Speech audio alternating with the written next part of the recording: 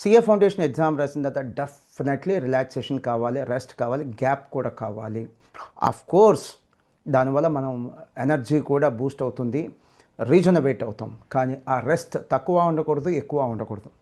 So కొంతమంది students ఏంటంటే rest, relax అనే పేరుతో మరి టూ మచ్ గ్యాప్ తీసుకుంటారు. సీఏ ఫౌండేషన్ ఎగ్జామ్స్ తర్వాత ఎక్కువ గ్యాప్ తీసుకోకుండా ఒక 7 to 10 డేస్లోనే మీరు రీజనరేట్ అయ్యి మీ గోల్ని గుర్తెచ్చుకొని, మీ పేరెంట్స్ యొక్క కష్టాలు, ఛాలెంజెస్ని గుర్తెచ్చుకొని వాళ్ళ డ్రీమ్స్ని ఫుల్ఫిల్ చేయడం కోసం మీరు ఒక బోల్డ్ డెసిషన్ మిమ్మల్ని మీరు పుష్ చేసుకొని తీసుకోవాల్సిందే. అదేంటి? సీఏ ఇంటర్ అడ్మిషన్ తీసుకొని క్లాసెస్కి వచ్చేయాలి. So question number 1, CA foundation pass అయ్యే ఛాన్స్ ఉందా? Question number 2, CA inter fail అవ్వకుండా ఫస్ట్ అటెంప్ట్లో పాస్ అవ్వాలా? ఈ 2 క్వశ్చన్స్కి ఎస్ అయితే లేట్ చేయకుండా CA inter pre results regular బ్యాచ్లో అడ్మిషన్ తీసుకోండి.